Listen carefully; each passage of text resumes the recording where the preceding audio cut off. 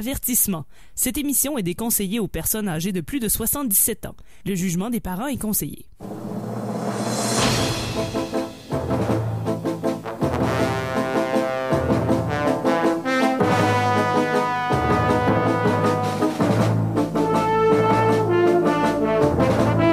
Amateurs de bande dessinée, de gognos et de matraques molles, bienvenue à E égale RG2, un projet de recherche de la chaire en études tintinoludiques de l'Université du Québec à Beauceville. On est à l'épisode 70 ce soir. Mon nom est François Anger, accompagné, comme dans l'habitude, de Tania Beaumont. Allô? D'Olivier Morissette. Salut! Et de Guillaume Plante. Allô tout le monde! E égale RG2, c'est un podcast de bande dessinée. Mais plus spécifiquement, on est à la recherche du Tintin perdu. Parce que vous savez qu'il n'y a plus de nouveaux albums de Tintin et que nous, c'est ce qu'on veut lire du Tintin. On décroche pas. C'est ce qu'on aime par-dessus tout. Et donc, on le cherche ailleurs. On le cherche dans un paquet de bandes dessinées.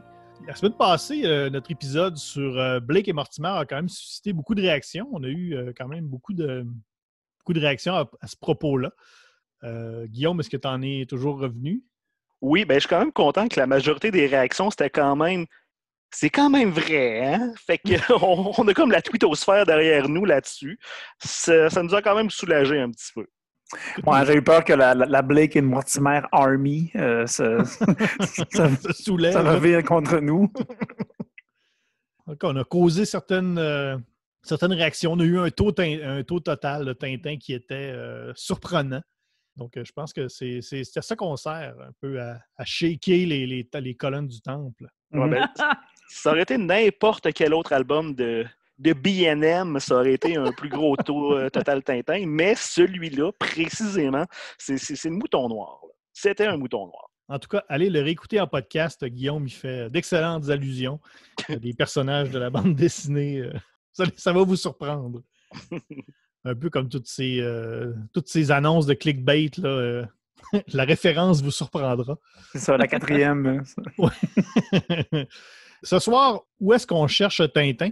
Mais ça va être un peu un genre de spécial Jacques Lamontagne, parce que dans le programme principal, si vous voulez, dans la majorité de l'émission, on va chercher Tintin dans sa série Shelton et Felter. Et à la fin de l'épisode, on va consacrer quelques minutes pour parler de sa nouvelle BD qui vient de sortir, Wild West, le tome 1 sur Calamity Jane, qui est scénarisé par Thierry Gloris et donc dessiné par Jacques Lamontagne. Faire ce qu'on fait, évidemment, ça demande beaucoup de temps. Ça demande également beaucoup d'argent. Et c'est pourquoi, à chaque semaine, on a des précieux commanditaires. Et ce soir, Alex Drouin, qui est de retour avec nous en studio. Salut les amis, ça va notre bien? Commanditaire. Comment ça va? Oui, bien, le commanditaire, en fait, qui paye 99% de mon salaire. Oui. Puis le reste va à l'émission. Ben, c'est correct, hein? En même temps. Ben oui. Au moins, on en a un de payé. Oui, c'est bien.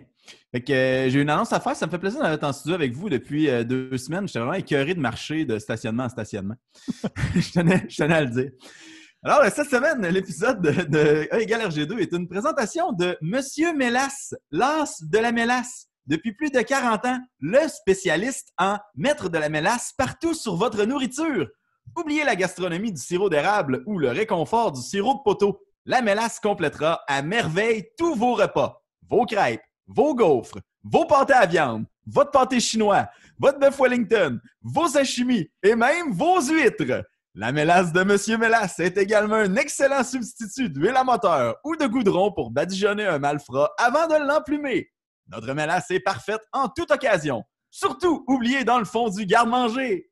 Utilisez notre code promo Sucre des pauvres et téléchargez gratuitement notre recette de cocktail exclusif de Kir à la mélasse.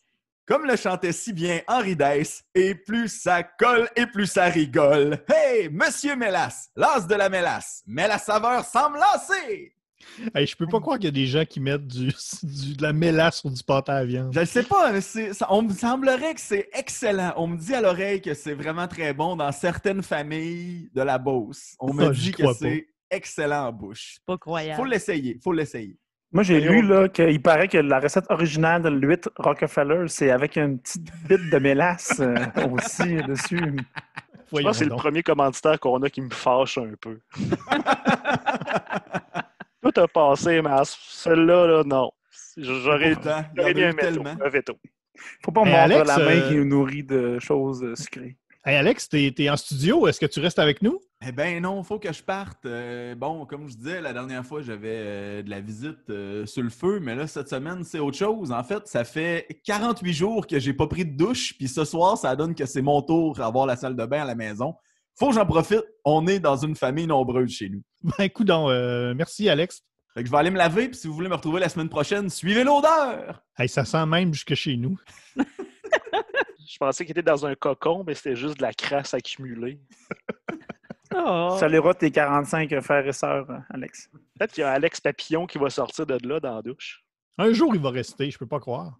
Ben, on finira bien par l'amadouer. Hein? Ben oui. Merci à nos précieux commanditaires qui nous permettent semaine après semaine de faire ce qu'on fait. Ah, mais là, Alex, il est payé, là. C'est quoi cette affaire-là? Ben, On n'est pas payé personne, nous autres.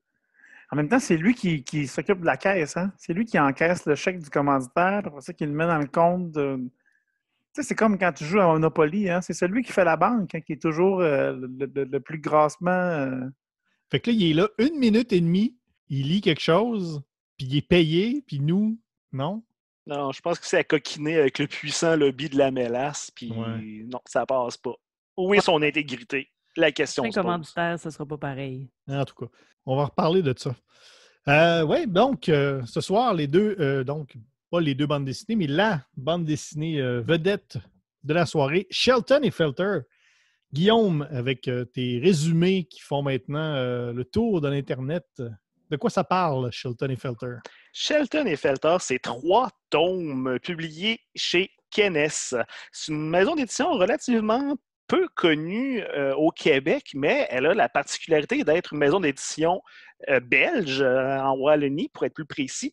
Jusque-là, ça va? Oui, mais elle a la particularité de diffuser beaucoup de contenu québécois qui font peut-être une très légère adaptation pour adhérer au public européen. Mais sinon, ils vont vraiment publier beaucoup d'auteurs québécois, dont Jacques Lamontagne. Alors, on trouve ça le fun que d'habitude, les Européens sont très chauvins, mais il y a des amis belges qui décident de faire leur part pour répandre la bonne nouvelle qu'il y a du bon stock qui se fait au Québec aussi. Fait qu'on les applaudit et on les remercie. Fin de la parenthèse. Alors, c'est Shelton et Felter, 3 tomes chez Kennes. Il y a eu le tome 1, La mort noire, paru en 2017, suivi du Le spectre de l'Adriatique en 2018, et finalement, Billy Bowman a disparu en 2019. Le texte et le dessin sont de Jacques Lamontagne avec les couleurs numériques de Mme Scarlett Smolkowski. Jacques Lamontagne, c'est un routier de longue date qui était collaborateur de Safarir dès 2001, notamment avec les contes d'Outre-Tombe, une espèce d'hommage à la fameuse série Tales from the Crypt, petite série d'horreur avec une fin ironique. Et en 2005, il est entré un peu, si on veut, dans les ligues majeures. Il s'est rendu compte que s'il veut faire du cash avec la bande dessinée, c'est en Europe que ça se passe. Et c'est la maison d'édition Soleil qui a ouvert grand les bras en le faisant illustrateur de la série Les Druides. C'est une très chouette série. Il y a eu 9 tomes entre 2005 et 2016. Un style très particulier. C'est comme une espèce de série d'enquête, mais celtique, avec des druides. C'est vraiment intéressant et le style d'illustration est à se rouler par terre. Il a également été scénariste, cette fois-ci, toujours chez Soleil pour la série Yuna, qui a eu 3 tomes, et il a également été scénariste pour la série Van Helsing contre Jack l'Éventreur, dans 2 tomes. Et j'ai pas lu la série, mais c'est un titre qui donne vraiment le goût. On va pas se leurrer. Ouais. Il vient tout juste de sortir Wild West chez Dupuis, comme mentionné plus tôt, avec Thierry Gloris. Les bases, la genèse, si on veut, de Shelton et Felter, ça remonte à 2007, quand Jacques Lamontagne avait créé les 2 personnages et il avait confié la tâche du dessin à un kidam illustrateur qui va, pour ainsi dire, le choquer, faute de meilleurs termes.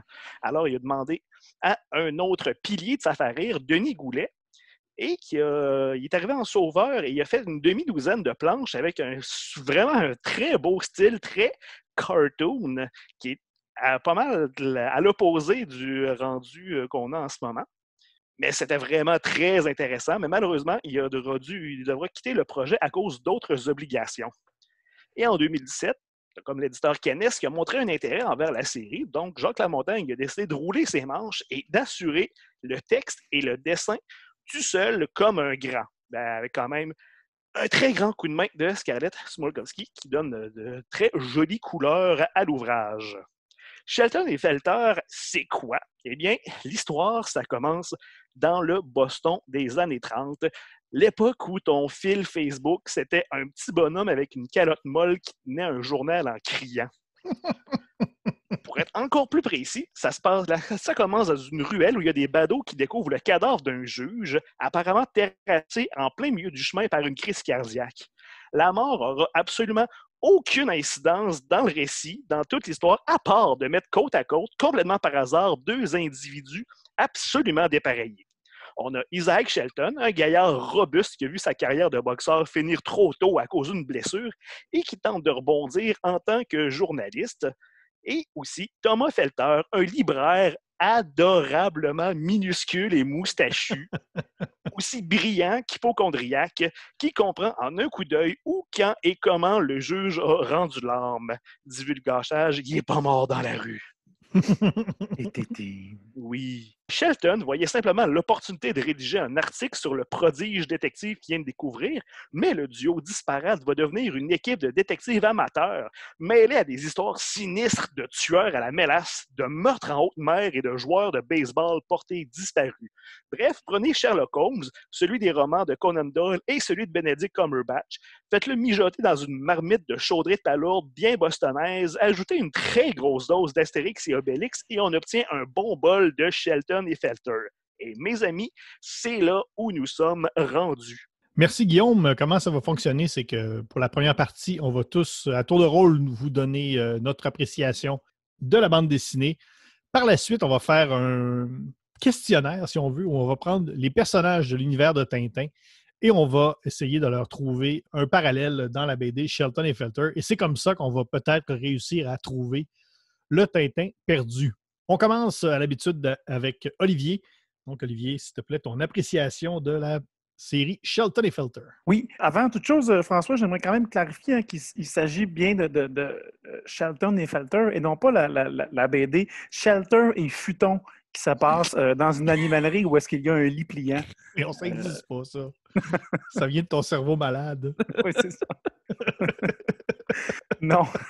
De façon plus sérieuse, Shelton et Felter. Non, ça y est. Ouais, je suis comme la baronne aussi, là, j'en manque des bouts. C'est une BD que, tout d'abord, hein, que La Montagne nous propose un style graphique là, assez vif, là, je dirais un peu cartoon, là, mais vraiment un dessin clair, dynamique, expressif.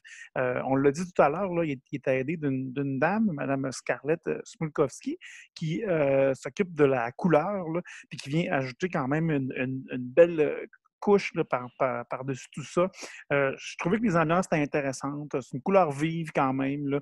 C'est une BD agréable à lire, mais aussi à regarder. Là. Puis vraiment, je crois que c'est du beau travail. Là. C'est des enquêtes policières, on l'a dit, fait qu'on rencontre beaucoup de personnages. Puis ce genre de BD-là, souvent, on tombe dans un pattern où le dessinateur a peut-être une banque limitée de visages, là, puis on a des fois de la difficulté à se souvenir quel est quel personnage. Là. Dans ce cas-là, c'est vraiment pas ça. Là. Les personnages sont bien typés. On se souvient de qui est quoi, là, puis qui fait quoi dans la BD. Fait que ça aide aussi à bien comprendre les enquêtes. Parlant des enquêtes, mais le scénario, j'ai trouvé que c'était quand même un bon travail là, de La Montagne. Là. C'est 3 BD en 3 ans, mais vraiment, c'est des enquêtes, à mon avis, bien ficelées, intéressantes. Il y a de la fausse piste, il y a des intrigues, il y a des personnages douteux, mais je trouvais que c'était une lecture agréable qui nous garde en haleine, qui nous fait apprécier là, tout le voyage. J'ai quand même un petit bémol, mais je comprends aussi le choix là, d'avoir... en fait, la BD finit souvent sur un dévoilement, là, puis il y a notre ami Felter, là, qui est le fin limier dans le duo. Là. C'est lui qui perçoit tous les détails. Là. Ben, c'est pas mal lui qui fait un grand dévoilement, là, souvent avec les principales concernés. Là. Fait que là, il explique là, qu'est-ce qui s'est passé, puis qu'est-ce que...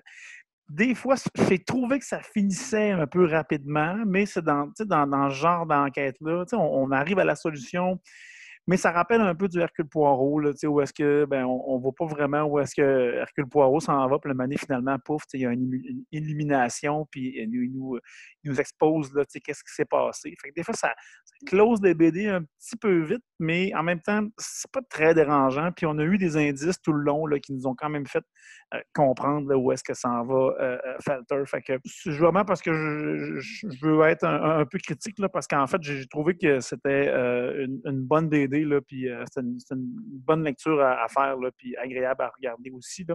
Des beaux produits, quelques sketchs là, à la fin, là, quelques dessins supplémentaires. Là. Fait que vraiment, j'ai bien apprécié ma lecture de cette BD d'enquête. Continuer avec Tania. Moi aussi, j'ai vraiment aimé ma lecture et je suis vraiment contente de l'avoir lu parce que il me semble que j'avais déjà lu le tome 1 dans le but de faire une entrevue avec Jacques Lamontagne, mais c'est le genre de BD que j'avais lu dans un usage particulier et c'était faire cette entrevue-là. Et là, de pouvoir lire les 3 tomes, j'étais vraiment contente parce que oui, moi aussi, j'ai eu beaucoup de plaisir à les lire. Les enquêtes sont vraiment bonnes, on s'attache aux personnages. Et moi, Olivier, j'aime ça, le moment d'exposition, là, l'illumination, quand Felter nous dévoile tout, comment il a trouvé, qu'est-ce qui s'est passé, parce qu'on le sait qu'à ce moment-là, comme on accuse d'un clou, il faut avoir raison. Là, il est sûr et certain de ce qui se passe. Donc, moi, j'ai vraiment aimé ces moments-là. Je trouvais que c'était des belles enquêtes aussi. C'était pas nécessairement redondant. On l'a dit dans le résumé, là, c'est 3 contextes complètement différents. J'aime les cases où on a le visage de Felter en gros. Il y a vraiment une bouille sympathique et en gros plan avec ses moustaches. Là. Ça, je trouvais ça vraiment super. C'est une BD dans laquelle on est servi en sourcil, hein, encore une fois. Encore une fois. La pilosité au pied carré. Ouais, donc ça, toujours un grand plaisir quand il y a beaucoup de sourcils. J'ai trouvé que Shelton ressemblait peut-être à un jeune Mortimer, vu qu'on l'avait lu la semaine d'avant. Oui. Hein? Si Mortimer avait été un boxeur de Boston, je pense qu'il aurait eu cette allure-là, un peu roux, l'enquête dans l'âme avec les favoris, surtout. Et je sais qu'on cherche Tintin, mais j'ai trouvé Astérix. Hein, Guillaume, aussi, tu l'as mentionné, on l'a quand même beaucoup là, dans le tome 2. On a un mot ocieux, comme on a entendu le dire si souvent. Ça finit aussi par un grand repas. Là. Ça nous rappelle le banquet dans Astérix. Par exemple, c'est une BD que je ne recommanderais pas à des journalistes pigistes. Parce qu'on sait que c'est extrêmement difficile ces temps-ci de travailler de tout ça, surtout avec le contexte de la crise. Bon, le revenu publicitaire, ça a été difficile. Et surtout pour les pigistes. Et dans cette BD-là, le Boston Globe paie mais vraiment très, très, très, très, très bien. Parce qu'on le sait, Shelton s'est a retourné sa veste, a décidé de devenir journaliste, un métier qui, hein, ça prend comme ça sur le tas. Et après la première enquête, il réussit à vendre son histoire au Boston Globe. Et avec sa paye, il réussit à payer son loyer qui était en retard de 3 mois, s'acheter un nouvel habit et suivre Felter en Angleterre. Alors, j'ai essayé de faire un calcul à savoir, mais ça a été combien cette paye-là pour qu'il puisse faire tout ça? Bien sûr, je l'ai converti en dollars d'aujourd'hui en faisant des recherches sur le Boston de 1924. Alors, j'ai essayé de repérer là, à quel point la ville était grande et dans quel secteur il pouvait rester. En dollars d'aujourd'hui, en moyenne, dans le Boston Centre, là, qui était pas mal la ville à l'époque, un loyer par mois, c'est en moyenne, en 2019, c'était 2450 $ par mois. Donc là, on parle de 3 mois de loyer qui est pu rembourser. Si on calcule un habit, bon, je suis allée voir dans les habits, quand même un beau complet, mais pas trop cher, 200 $. Un voyage en Angleterre, disons qu'il a acheté à rabais puis il y avait bien des points Air Miles, 800 $ pour le billet. Parce qu'aujourd'hui, on ne fait plus la traversée en Adriatique là, avec le bateau, on la ferait en avion. Ce qui fait que ce montant-là, toujours en dollars d'aujourd'hui, il aurait eu une paie de 8 350 $ du Boston Globe pour raconter son histoire, donc l'enquête de la mort noire. Là, j'ai fait un calcul de l'enquête, à quel point elle peut être longue. Je parle de à peu près là, C'est une grosse enquête, là. C'est à l'époque 6 pages avec photos, peut-être avec des encadrés aussi pour la pub. Ça donne environ 18 feuillets. Le prix moyen pour une pige au feuillet aujourd'hui, c'est 120 $ le feuillet. Donc, ça donne une paie normalement de 2160 pour le travail si on le faisait aujourd'hui. Donc, Il y a imaginez. 6 000 piastres. Il y a un bon 6 000 là. Donc, si on est journaliste pigiste et qu'on lit ça, ça se peut qu'on soit un peu en furie. Mais on aurait vraiment beaucoup de plaisir à lire la bande dessinée, par exemple, parce que on passe à travers les 3 tomes vraiment très, très rapidement. Et j'ai eu, je le répète, là, vraiment beaucoup de plaisir. Ça n'a pas été très difficile de lire tout ça. Puis j'ai hâte qu'on compare les personnages aux autres personnages. Moi aussi, j'ai eu beaucoup de plaisir à lire ça. Moi aussi, le côté Astérix et Obélix, le petit futé, puis le grand, pas le grand nono, là, mais en tout cas, on C'est un les peu connaît. ça. Ben Là. oui. Il y a la force et le cerveau. Oui, c'est ça. Ça m'a beaucoup plu. J'ai trouvé ça très réconfortant comme genre de bande dessinée. Tu sais, j'ai trouvé ça intéressant là, de se replonger un peu dans ce genre d'univers-là. Il y a quand même quelques liens avec Tintin. Là. Je pense que, sans trop m'avancer, je pense qu'on va avoir quand même un bon taux total Tintin. Parce qu'il y a beaucoup de sapristi. C'est que moi, tout de suite, ça m'a accroché. Tu sais, Shelton, le reporter, tout ça. Donc, même si c'est surtout peut-être Sherlock Holmes et Astérix, on s'approche quand même de Tintin sur certains points. Et si Tintin, c'était un mélange de Sherlock Holmes et d'Astérix? Si Tintin oui. s'était aimé. Oui. Un truc que j'ai remarqué en lisant ça, c'est que je regardais vite dans ma bibliothèque, il y a quand même beaucoup de BD québécoises qui se déroulent, qui sont sorties récemment, qui se déroulent pendant cette période-là, les années 30, la prohibition, le crash boursier, tout ça. Tu sais, on a Giant, on a Broadway, une rue en Amérique, ben on a ça, Shelton et Felter. Il y en a sûrement d'autres, mais je trouve ça quand même intéressant que peut-être dans les 6 dernières années, là, il y a quand même beaucoup de BD qui se passent à cette période-là. Je ne sais pas qu'est-ce qui fait que c'est populaire. Ouais, que c'est... On est comme en Nouvelle-Angleterre, là, New York, Boston, en tout cas. Ouais, mais moi, je trouvais, quand je l'ai ouvert, Guillaume nous parlait de la scène où le juge meurt dans la rue. Et quand j'ai regardé les premières cases, j'ai l'impression d'avoir vu ces cases-là quand même assez souvent. Le vieillot, les vieilles voitures, le parquet, un attroupement autour de quelque chose. Il semble que, en tout cas, récemment, on s'est souvent retrouvé dans ce genre d'univers-là, dans les bandes dessinées. Il faut dire aussi que ça me rappelait aussi un peu les décors de Chi aussi, qu'on avait fait aussi, qui étaient là, cette fois-là, à Londres, là, mais encore une fois, dans des décors similaires. Là. Puis j'ai beaucoup aimé aussi si on veut, les périodes de l'histoire qu'ils utilisent pour faire ces histoires. Juste le premier ils se basent sur un événement qui a eu lieu et qui est un peu un événement légendaire qu'on entend souvent parler. Puis on reste toujours surpris du déversement de mélasse de Boston. Moi, ça reste un truc. À chaque fois que j'entends parler de ça, le déversement de mélasse de Boston, j'ai pas le choix. Il faut que je regarde ou j'écoute ou je lis. C'est un sujet tellement bizarre et intéressant. Après ça, la traversée de l'Atlantique, c'est quand même plus classique. Puis le troisième aussi, sur le baseball. J'aime bien le baseball, donc j'ai trouvé ça le fun d'avoir une BD là-dessus. Des beaux dessins de Fenway Park. Hein, oui, tu sais, une enquête dans le baseball. En plus, il fait un peu référence à Babe Ruth, au scandale des Black Sox. Donc, tout ça, j'ai beaucoup aimé ça. Je parlais de Giant tantôt. Shelton, dans le 3e tome. Bon, Shelton, pour ceux qui n'ont pas eu la BD, c'est un grand roux baraqué quand même avec des favoris de l'époque, des gros favoris vintage, avec une espèce de petite casquette. Et là, il dit qu'il y a un frère, il y a des parents irlandais qui sont décédés, et il y a un frère qui a fait de la prison en Nouvelle-Orléans. J'ai le flash. Giant, ça se déroule à peu près en même temps. Giant, c'est un grand baraqué roux avec une espèce de petite casquette. Il ment sur son passé. On n'est pas trop sûr il arrive d'où. C'est le frère de Shelton. Pensez à ça. On va confronter Jacques Lamontagne et Michael, qui Michael, sont sûrement des frères aussi. Oui, on va les mettre. Oui, ben oui, c'est 2 frères, c'est sûr. Un Français, puis un gars typiquement de Québec, c'est 2 frères. Ça arrive. Oh, oui, ça se peut. De toute façon, ils restent dans la même ville. On va les barricader. Oh, les barricader ensemble. avant On va jusqu'à ce que la inviter vérité tous les sorte. deux au même événement avec Oui, c'est ça.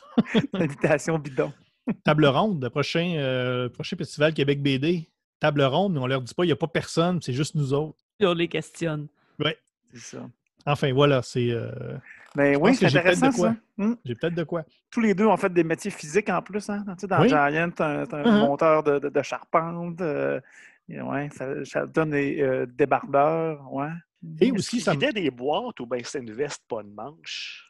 Ben, c'est une veste pas de manche, je pense. Ok, Il servait c'est de veste pas de manche aux aristocrates. Et ça m'a fait quand même aussi penser pas mal à Tom and Jency qu'on a lu il n'y a pas si longtemps, là, une série de détectives là, très, très rythmée. Donc, bien du plaisir. Si j'ai un bémol, c'est que, et ça n'est pas vraiment un, moi non plus, c'est que, bien évidemment, pour les besoins de l'émission, on a lu les 3 tomes, tout dépendamment de votre rythme, moi, en 2 jours. Je pense que c'est le genre de BD qu'il faut que tu lises un album à la fois, là, peut-être avec un certain laps de temps entre les deux. Parce que lire les 3 condensés, peut-être un peu l'impression que c'est un peu toujours la même chose. Là, les patterns se répètent, mais je pense que de les lire une fois par année ou garder un certain laps de temps, ça permet peut-être un peu de décanter tout ça. Ça permet peut-être de plus apprécier, comme de retrouver là, les personnages qu'on aime après un certain laps de temps.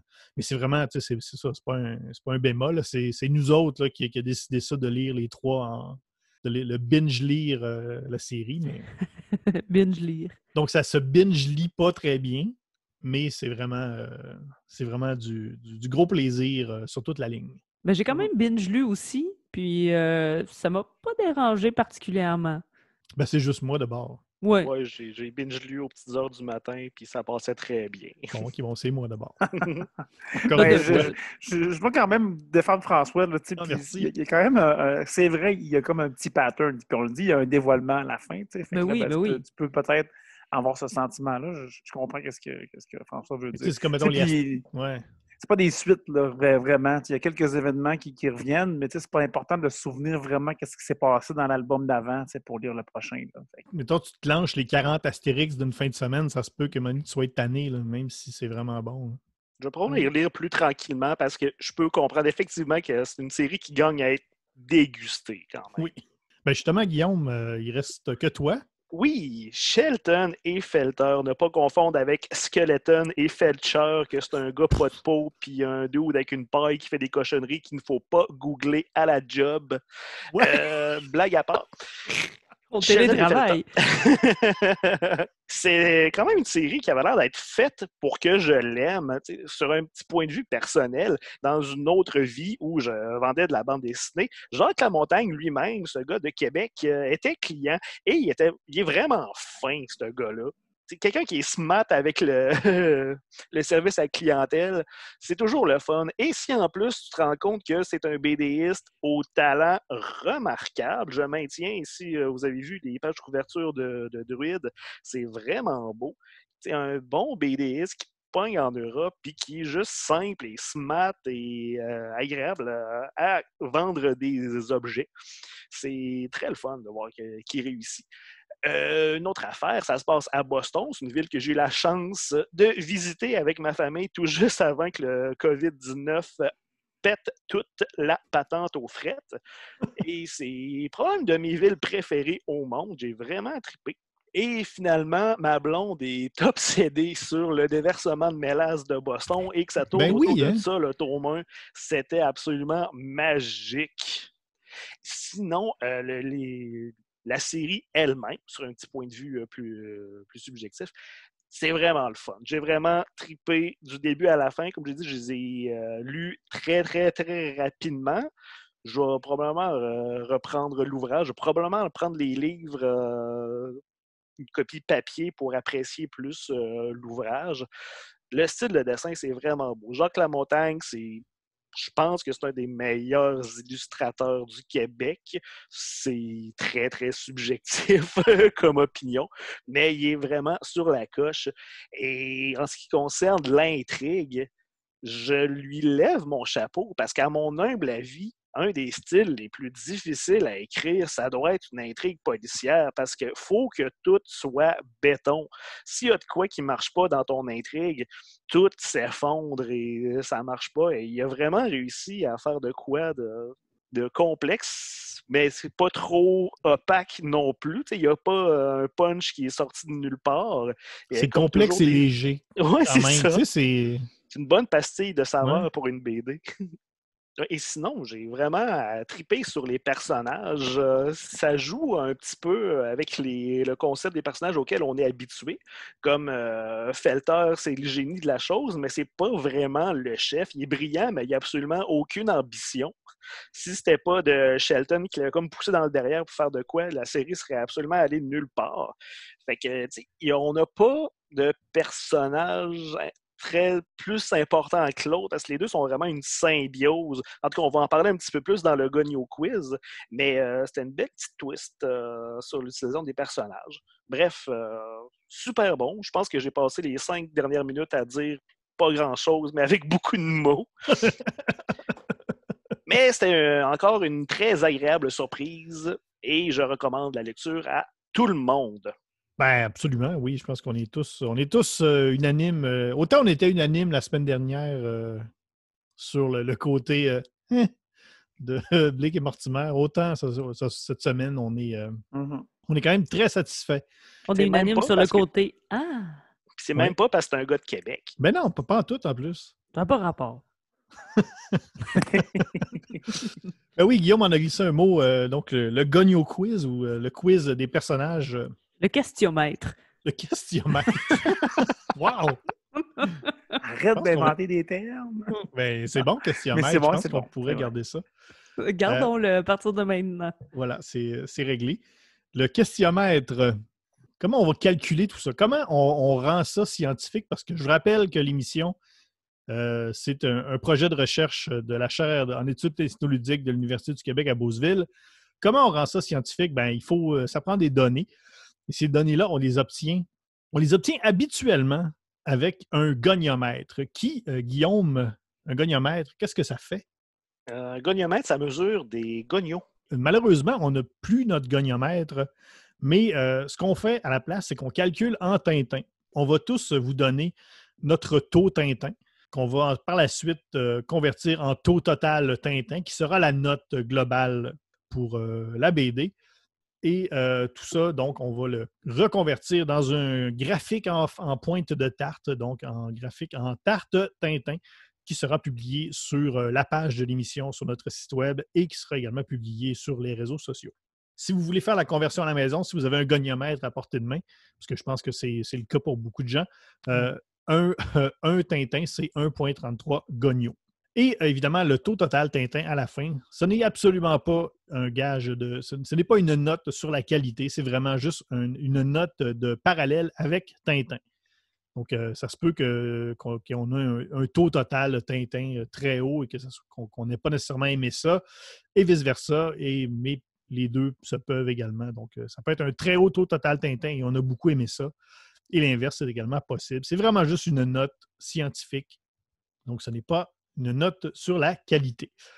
Donc, on va prendre donc, la plupart des personnages de Tintin et on va essayer de leur trouver un parallèle dans Shelton et Felter. À commencer avec, évidemment, le meilleur Tintin. Ce serait lequel? Moi, j'ai mis Shelton parce que c'est un reporter.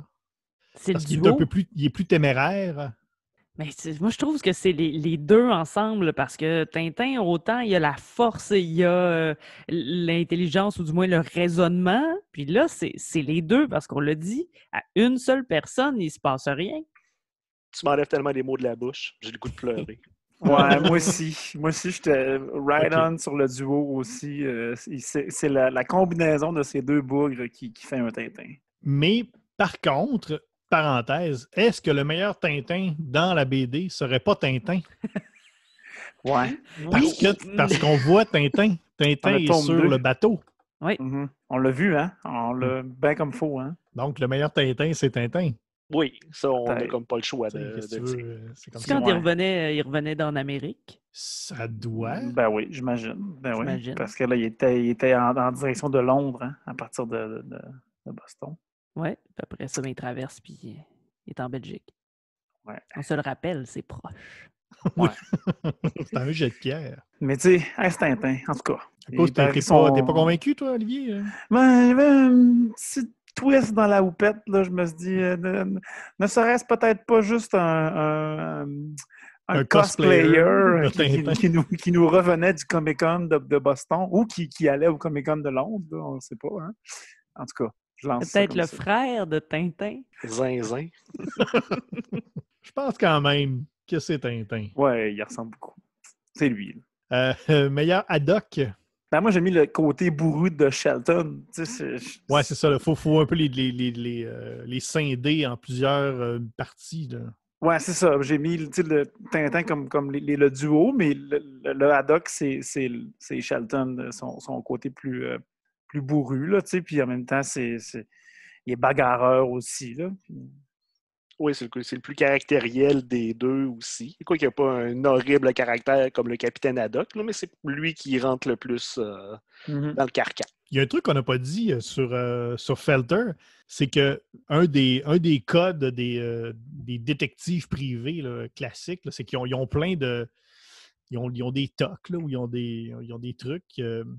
ils ont soit une dépendance à quelque chose, où ils n'aiment pas les chiens, où ils ont peur de trucs, de telle affaire. C'est que Felter, il les a toutes. Il y a tout ça. Il y a tout ça, hein? Il y a tout. Il les a toute la gang. Ils ont pris toutes les séries de détectives bizarres qui passent à la TV, puis ils ont mis ça dans le blender, puis ça fait un petit détective moustachu. Il n'y a juste pas des affaires comme vraiment tragiques, là, comme sa femme qui a été assassinée ou... Ben, peut-être. Mais on le sait non, pas. mais ouais, pense pas, c'était là. pas ça. C'était surprenant. Donc, Mais 4, ça effectivement, commence dans la rue, où est-ce qu'il y a le cadavre de sa femme, à côté du cadavre de John de Garfield, le Kindle. Oh non! Oh non! Un lundi. J'aime pas les lundis. Ah, ça serait-tu parfait? c'est peut-être pour ça qu'il y a plein de chats, d'ailleurs, hein, Felter. Hein, il y a vraiment beaucoup de chats dans son appartement. Ah, puis un show roux. Ah, si ça se dirige vers un drame de Garfield, je sais pas ce que je fais. Guillaume, Quoi? si jamais, OK, te vient l'envie de dessiner et de scénariser la série Détective Garfield, je participe au Kickstarter. Je le dis là, en ondes. Je vais donner au moins 5$. Alors Ça voilà. donne le goût de le faire. Meilleur tournesol. Ben, si on mettait Shelton sur la Haddock, moi je mettais Felter sur le Ben, tournesol. c'est un, là, c'est pour un être mini conséquent. tournesol. Là. Il y a la petite bouille du tournesol. Là, Ouais, c'est clair. Chapeau, moustache. Ah oui. Tout gentil, tout brillant. Et dans le fond, C'est c'est ça. Shelton et Felter, c'est Tintin sans Tintin. Et ça donne vraiment un beau résultat. Est-ce que Tintin serait meilleur sans Tintin? Intéressant. Est-il indispensable à sa propre série? Ben ouais. Du genre que tu le remplaces pas par un autre personnage. C'est les aventures de Tintin, mais Tintin est pas là. C'est juste comme un chien, des fois, qui court après du monde. T'aurais Capitaine Haddock puis Professeur Tournesol qui font des affaires de leur bord. Moi, je paierais voir ça.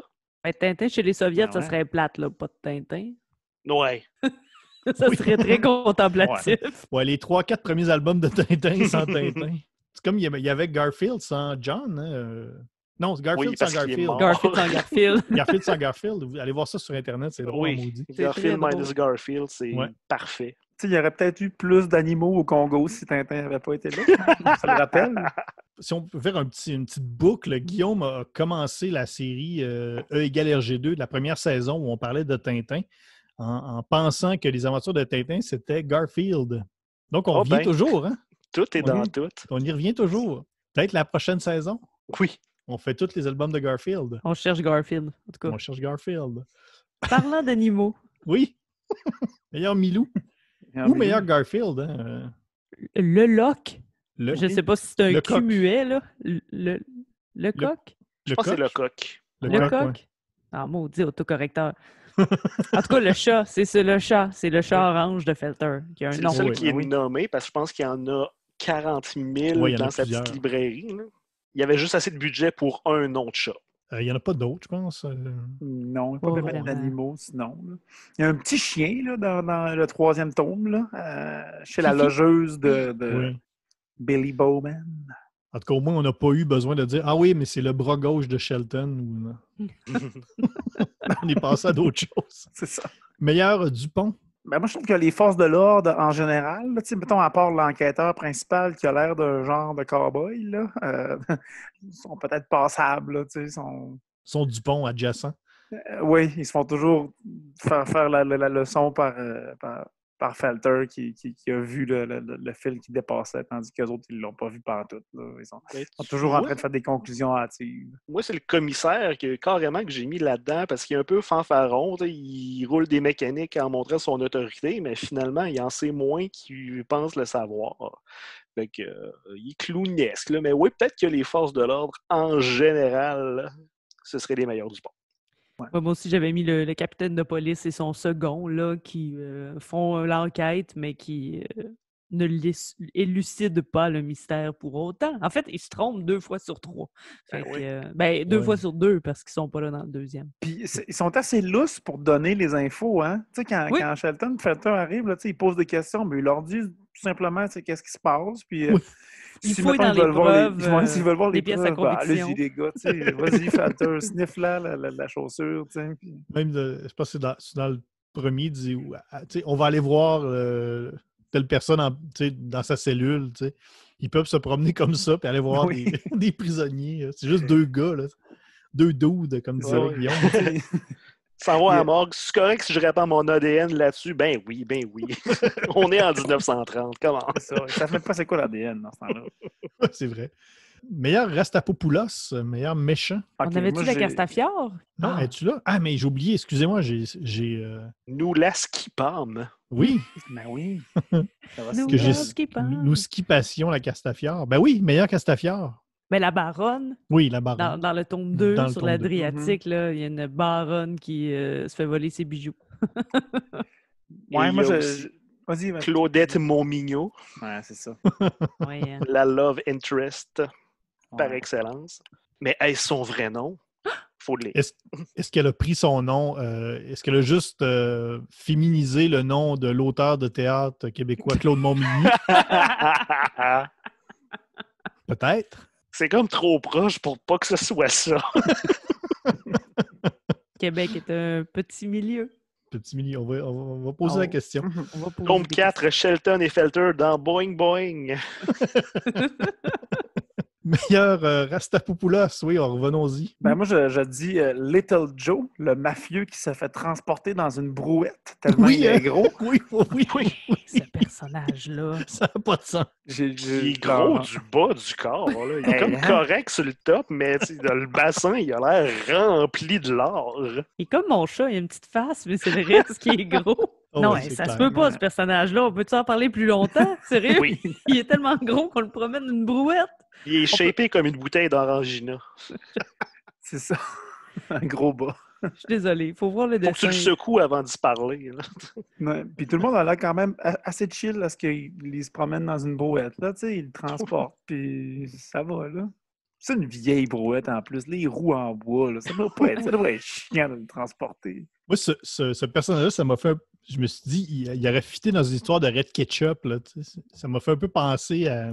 Ouais. Je sais pas, c'est comme un personnage que tu peux mettre dans plein d'univers. Ouais, c'est ça, dans un sci-fi, il flotte sur une petite plateforme. Là, c'est le baron Harkonnen dans Dune. Je pense qu'il traîne dans une brouette parce qu'il est tellement obèse qu'il s'attend à tout moment que la patate il lâche. Fait qu'ils vont pouvoir le traîner facilement de même. Ça va être fait. Ouais, c'est ça. Il est déjà dans son beau suit là, pour l'exposition. C'est comme une brouette qui est faite pour domper un gros cadavre dans le fleuve. Et moi, pour le meilleur Rastapopoulos, vu que c'était 3 tomes différents, puis il n'y avait pas nécessairement un grand méchant de la série, j'y allais encore une fois avec un concept abstrait du crime en général. Le crime. Oui. Le crime était le Rastapopoulos dans la série. Parce que oui, côté Rastapopoulos, on aurait pu dire les 3 coupables de chaque tome, mais ce serait pas très smart pour ceux qui n'ont pas lu les livres. Meilleur Alan Thompson, qu'on a rajouté récemment. Meilleur homme de main. Il n'y en a pas vraiment. Il n'y en a pas beaucoup. Moi, j'ai mis celui là, qui est aussi dans le tome 3, je crois, là, qui est aussi un peu roux, là, qui ressemble vraiment beaucoup à Shelton, puis que Shelton, il me donne une bonne mornif dans la rue. Je trouve ça drôle qu'il se batte contre pratiquement son sosie. Là, Mais Comme il n'y a pas de sinon, grand méchant qui est récurrent, ben, Ouais, c'est c'est comme ça. difficile d'avoir un homme de main. avec le chef de la mafia, il y a l'homme qui traîne la brouette. C'est sûr que oui. Un Si on homme veut de main. décliner tout ça à partir du gars dans la brouette. Puis il y a un gars qui a un œil de pirate aussi, là, qui est quand même Ouais. drôle. Chauve. Chauve avec un œil de pirate. Meilleur frère l'oiseau. Meilleur des méchants de seconde zone qui sont facilement défaits. Ben, c'est là que j'ai mis le clone de Shelton, avec les ouais. deux sbires de M. Charles Monroe qui veulent intimider nos héros, mais qui se font finalement ramasser dans la rue solide. Il y en a même un qui se fait poker dans l'œil par Felter, qui est tout petit, tout adorable, mais il rentre un doigt dans l'œil, puis c'est ça qui est ça. Ouais, c'est pas mal les seuls. C'est pas mal ça pour cette catégorie. Parce qu'encore une fois, ils se font confrontés par la mafia, puis encore une fois, ils ont eu la présence d'esprit de ne pas les faire fâcher plus qu'il faut. Pour ça, à la maison, on ne niaise pas avec la mafia quand on se fait confronter par la mafia. C'est un bon C'est conseil. rare, ça finit bien. Meilleur Irma, personnage féminin qui mériterait un meilleur sort. Moi, j'ai dit, puis là, je vais être prudent, là, j'ai dit la sœur de Felter. Pour plusieurs raisons. Puis là, je ne vais pas trop les aborder parce que, tu sais, c'est important de ne pas le savoir. Mais Tout à fait. on peut quand même dire que Felter va à ses funérailles. Hein? Et c'est pour ça qu'il se traverse dans le tome 2 vers Londres pour aller aux funérailles de sa sœur. Moi, j'ai mis la péripatéticienne qui a vu le juge mourir au début du tome 1. Parce qu'elle servait vraiment juste à coucher avec un juge qui meurt pour que les deux héros se rencontrent.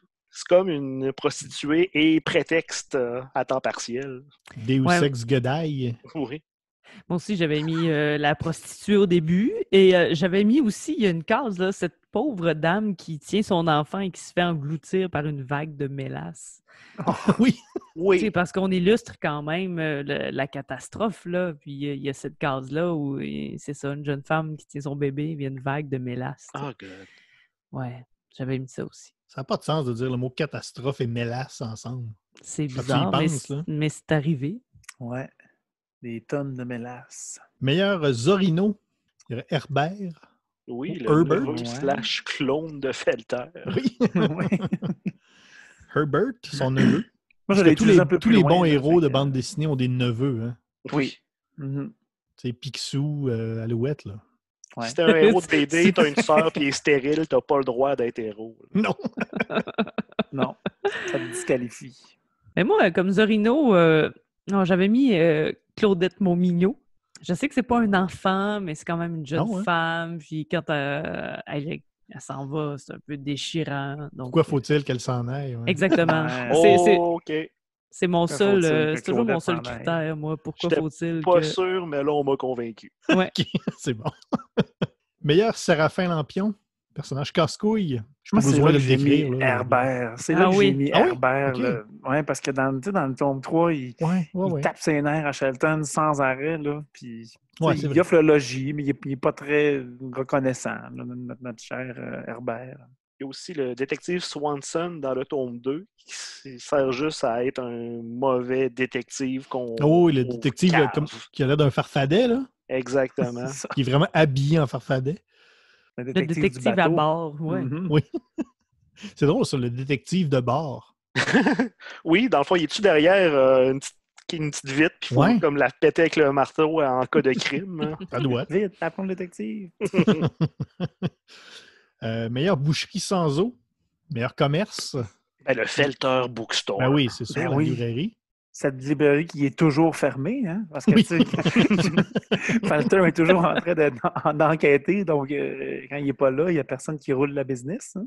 En même temps, je pense que les marges de profit dans les librairies, c'est pas nécessairement très, très élevé. Donc, c'est un sideline. C'est mieux. Très bien pas de payé, mauvaise on l'a chose, dit. hein. Hein? Tania nous a Oui. dit que c'était très bien payé, le fait de vendre ses histoires au Boston Tribune. Ouais, mais pourtant, il avait pas l'air de donner de l'argent. Oui, c'est vrai que Felter, il n'a rien ramassé, là. En tout cas. Ben, je peux pas croire. Ouais, mais il a Ben quand non, même Shel- rédigé 18 feuillets, selon mon analyse. Donc, Mais non, Shelton, il s'est payé un habit. Il a payé son billet. Mais Felter, lui, il avait déjà payé son billet. Lui, il partait déjà. Hmm. Il a payé son Ouais. loyer. Mais Felter l'a dit, moi, je perds l'argent. Ben, c'est ça. Peut-être un héritier. Là. Il est peut-être indépendant de fortune. Là, Un trust notre fund, ami. comme ils disent aux États-Unis. Meilleur goniomètre, meilleur objet. La voiture de Felter Oui.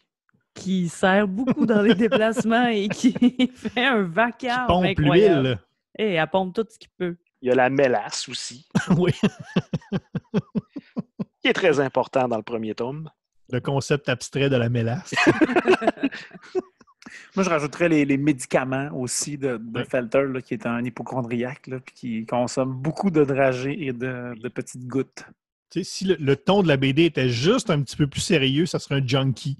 Tu vois? Là, c'est comme un sympathique hypochondriaque. C'est ça, c'est ça. On est à 2 doigts là, du Sherlock Holmes junkie. C'est un toxicomane rigolo, dans le fond. Oui, oui, Un finalement. toxicomique. Un toxicomique! Et on termine. Hey, tu y vas fort, ces mots valises à soir, Tania. Hein? C'est ma soirée, mon valise. Hey, c'est bon. Ça ennuie de voyager. Oui, je m'ennuie. J'aurais dû être à Lyon, là, en fin de semaine. On salue au passage les gens de Lyon BD. Oui, qui ont fait un festival virtuel. Il reste sûrement des affaires sur leur page Facebook. Allez voir ça. Lyon BD. Festival. Ils le mettent à la fin, comme à la méthode anglaise, parce que c'est Ben en oui. français. Salut les Français. Je dis. Et finalement, le dernier, et non le moindre, le meilleur Michel, qui pour ceux qui se demandent c'est qui ça Michel dans les aventures de Tintin, eh bien, c'est l'ingénieur de la fusée dans Objectif Lune, qui, on rappelle, est beaucoup trop charismatique, dessiné un beau bonhomme et qui n'a pas vraiment l'air d'avoir été dessiné par Hergé. Personnage qu'on ne voit pas beaucoup, mais qui a vraiment trop de charisme. Sur l'Adriatique, quand il y a un meurtre qui arrive, il y a un officier habillé en blanc. Il dit une phrase. Il est quand même beau bonhomme. Moi, je mettrais Bobby Bowman, Oui, moi le aussi. baseballeur. J'hésite entre les deux, mais c'est vrai qu'on le voit pas tant que ça parce qu'il a disparu, mais je trouvais qu'il était trop au centre de l'histoire pour être un beau Michel. OK. Moi, Mais c'est... ouais, fallait quand même le mentionner. Là. Bobby Bowman, ça se dit tellement bien. C'est vers la fin du tome 3, dans le poste de police, à un moment donné, il y a une femme qui rentre, qui est beaucoup trop belle, qui flash vraiment trop avec un manteau de fourrure. Il a fallu que je relise la fin à peu près 3 fois pour trouver c'était qui. C'est Margaret Taylor, la maîtresse d'un des personnages du livre, et elle cadre vraiment, tu sais, elle flash. Là. Elle est comme parmi des policiers laiderons un peu, là, puis là, elle a comme un charisme monumental. Ça, d'ailleurs, hein, une autre fois où est-ce que l'information, parce que quand on dit que elle va payer une caution, là, c'est cette dame-là, puis là, on dit que c'est une personne qui a gardé l'identité secrète, qui a payé la caution, mais Charlton et Felter, ils vont au poste de police, puis ils savent tout de suite, ils lui disent tout de suite c'est qui a payé la caution. Fait que, tu sais, c'est des journalistes, puis ils leur disent, oh, ouais, c'est Margaret Taylor. C'est une autre époque. Mais de toute façon, si c'est une bonne police, il n'y aurait pas besoin de faire des enquêtes. Oui, alors c'était Margaret Taylor qui souhaitait conserver l'anonymat, qui a payé la caution. Ben, ça fait le tour. On a fait vraiment le tour de tous les personnages de Tintin. Il n'y en a pas d'autres. On va passer au calcul du taux total Tintin. Je vous rappelle que tout de suite après, on va quand même faire un petit segment, moi et Tania, sur la dernière BD, la nouveauté de Jacques Lamontagne, Wild West. Mais avant, on va juste y aller avec le taux total Tintin. Donc, allez-y, comme vous voulez, votre note sur 68. 68. Je rappelle que c'est une note qui n'est pas sur la qualité, mais que c'est vraiment du fait que c'est une bonne alternative ou pas à Tintin. Donc, 68, oui. Oui, 68, parce qu'on a vraiment beaucoup d'éléments. Là. On faisait des références à Astérix, entre autres, mais je pense que c'est un peu dans le même univers. On mène une enquête de A à Z. C'est bien d'avoir lu les 3, mais on peut en lire un seul et on comprend quand même. Un des personnages principaux est Roux, il est reporter, il y a la force, il y a le raisonnement. On comprend l'histoire parce qu'on est brillant. En fait, on dénoue l'enquête parce qu'on est brillant à force de réfléchir. Donc, c'est un bon 68 Tintin. Moi, 70 aussi, là, l'intrigue, je trouvais que le rythme me rappelait un peu celui de Tintin. Hein, des personnages qui sont dans le réel. Il faut qu'ils se dépatouillent avec ce qu'ils ont là, puis avec l'enquête.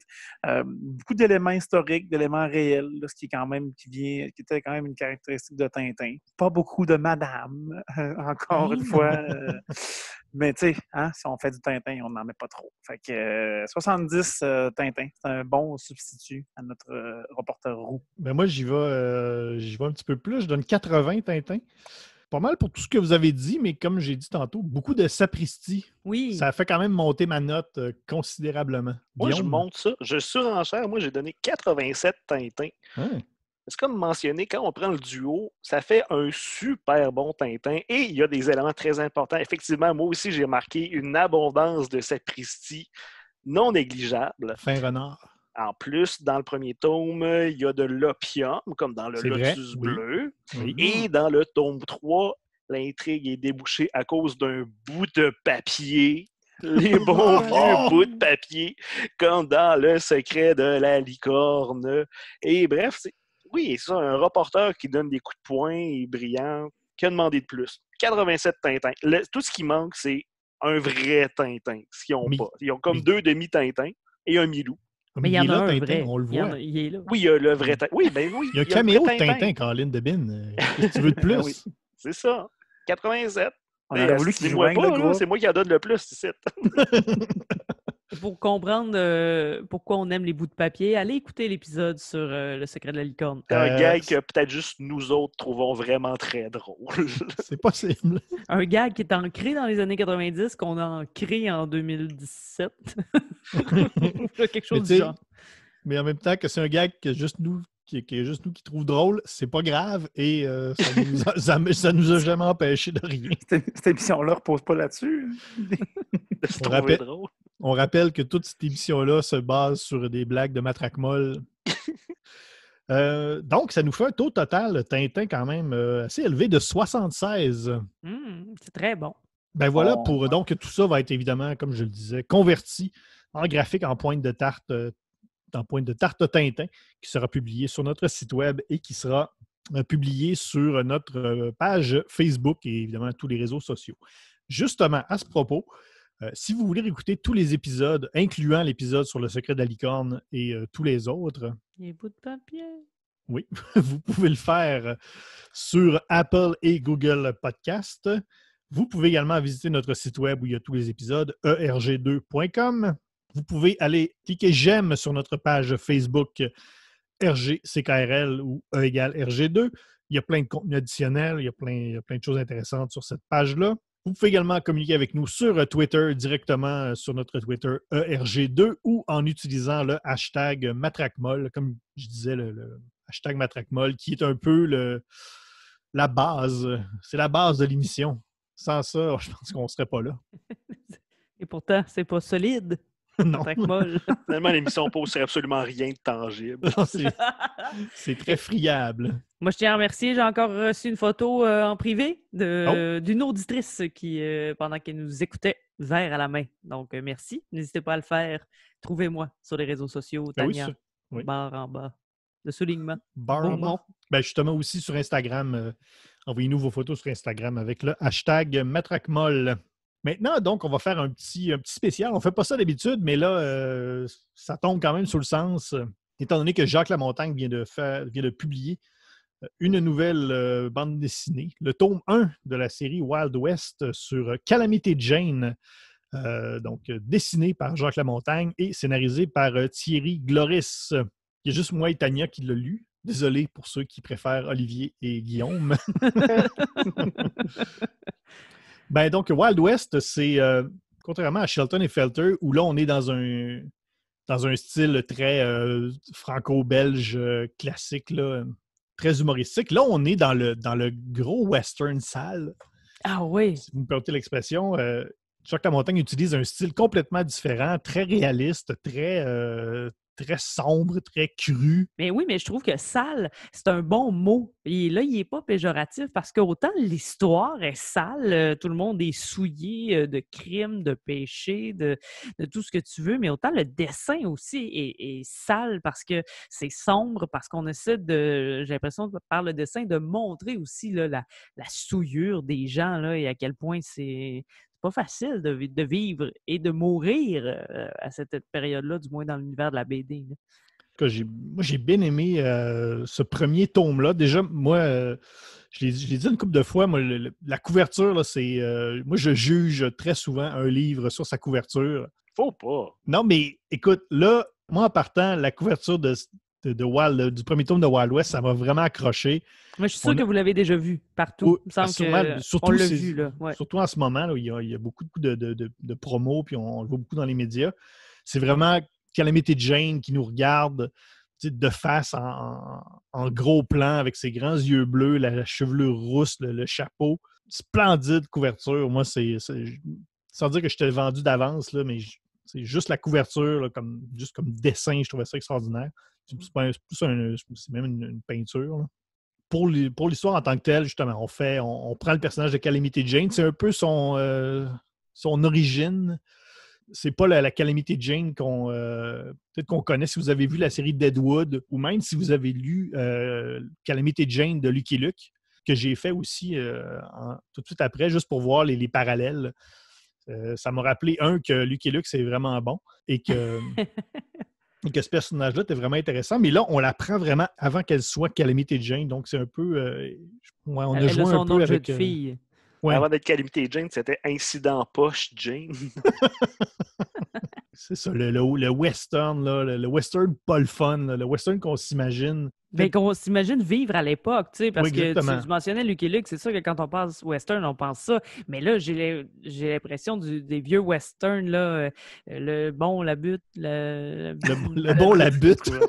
Et la truelle. L'histoire d'une colline.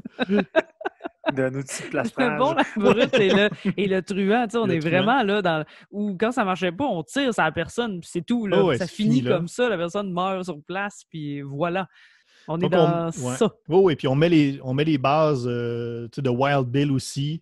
On sait un peu tout ce qui va arriver. Là, c'est des personnages légendaires. On sait ce qui va arriver, mais c'est le fun de se replonger là-dedans.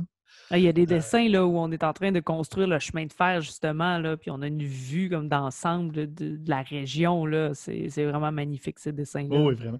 Je vais le dire, même pour les Européens qui nous écoutent, les Français qui nous écoutent, qui ne comprennent pas, ça me fait capoter à quel point des dessinateurs, des fois, peuvent avoir deux styles, mais complètement différents. Mm-hmm. Ça me fascine parce que ça n'a rien à voir là, avec Shelton et Filter. Je trouve ça extraordinaire d'avoir ce talent-là. Je l'ai feuilleté, là, puis c'est assez caméléon, hein, effectivement. Tu pourrais prendre ces deux BD-là sans savoir que c'est Jacques Lamontagne, les deux, puis tu pourrais facilement croire que c'est deux personnes totalement différentes qui ont fait ça. Là. Oh, parce que c'est ça, c'est fou, là, le travail. C'est sûr, dans les deux séries, je suis sûr qu'il y a autant de travail, mais c'est comme si ça paraissait plus dans Wild West parce que c'est tellement... C'est riche, là, c'est dense comme dessin. Je me suis fait une réflexion en lisant ça. Je me disais, c'est paru chez Dupuis là, quand même. C'est une des 3 plus grosses maisons d'édition. C'est les majors. C'est les majors européens. Puis je me disais, c'est une belle réussite d'être publié en Europe. Puis je me disais aussi, à quelque part, ça n'a comme pas le choix. Ce gars-là a comme pas le choix d'être publié en Europe. T'sais, on dirait qu'il est comme à sa place là. Mm-hmm. Ce genre de BD-là, il n'y en a pas ici, là. Tu sais, ce genre de BD-là cartonné, full couleur. Les quelques BD qui sortent, c'est soit peut-être des trucs plus humoristiques ou des fois, ça va être des BD plus historiques qui vont être des fois accrochés, mettons, avec un événement comme le 375e de Montréal. Il y avait une couple de bandes dessinées qui était sortie. Tu sais, souvent, ça doit être peut-être relié avec des subventions. Ou c'est plus personnel aussi, là. Oui, mais tu sais, des subventions, des fois, qui te permettent de publier des albums comme ça avec à grand déploiement, avec la couleur et le cartonné. Il est comme bien à sa place en Europe parce que le style qu'il fait, c'est vraiment là que ça doit être publié, ce genre de BD-là. Tu sais. Mais lu aussi ici. Tu peux pas imaginer ça chez Pampard, mettons. Là. Mais non. Mais non, effectivement. Puis il n'y a pas un qui est meilleur que l'autre, là, mais c'est ça, je trouve, je sais pas. Puis c'est ça, mais les deux se valent, là, évidemment. Non, c'est ça, il n'y a pas de jugement là-dedans, non, c'est non, ça. Non. Mais ouais, je comprends ton... Je trouvais que ça fit là, vraiment. C'est très universel. Tu sais, aussi, là, même comme Shelton et Felter aussi, là, tu sais, des affaires qui, à mon avis, se font lire par plusieurs publics différents, puis ça trouve une oreille quand même, là, tu sais. Ça, c'est lu en France ou au Québec, là, Shelton et Felter, puis ça fonctionne, là, tu sais. Ouais. Tu sais, les autres auteurs québécois, là, on les connaît, comme moi, je les ai connus peut-être depuis les dernières années quand on faisait de l'impro BD. Là. C'est un peu là que j'ai appris à les découvrir. Puis lui, il était comme dans mon angle mort. Là. Je connaissais, mettons, JF, puis Francis Desharnais, Richard Vallerin et compagnie, là, tous les autres, back. Mais lui, c'est ça, comme on dirait qu'il était comme dans mon angle mort. Puis là, c'est comme, pour moi, c'est vraiment une découverte. Là. Il t'a dépassé, là. Tu le vois. Oui, là, j'ai en avant, là. Tu sais, Guillaume qui en parlait, qui le connaît depuis, qui en a entendu parler depuis longtemps, qui le connaissait avec les autres séries qu'il a fait. Mais moi, c'était vraiment, là, c'est carrément une découverte là, en ce moment. Ben, tu iras voir ça, ce que Guillaume nous a suggéré, les druides aussi. Là. Oui. Ouais. Ben voilà, pour donc Wild West, disponible chez tous les bons libraires. La semaine prochaine, on va encore faire une bande dessinée québécoise. On a parlé de Red Ketchup dans la saison estivale 2019, mais là, on va faire pas son alter ego, mais comment je dirais ça? Son ami. Son ami. Non, c'est pas son ami. Je connais pas la relation, puis j'étais pas là. Oui, je l'ai fait. Son ennemi. En tout cas, on va. Un autre personnage de l'univers de Red Ketchup ou l'inverse. Tout ça pour dire qu'on va parler de Michel Risque. Bon, ça règle le cas. Un autre personnage de Réal Godbout et Pierre Fournier de l'univers de la bande du magazine Crow. Ben voilà pour l'épisode 70 de Égal RG2 avec mon nom est François Angers, avec Tania Beaumont. Merci, à la prochaine. Olivier Morissette. Merci, salut. Guillaume Plante. Au revoir tout le monde. Merci. Alors, merci d'avoir été à l'écoute et à la prochaine.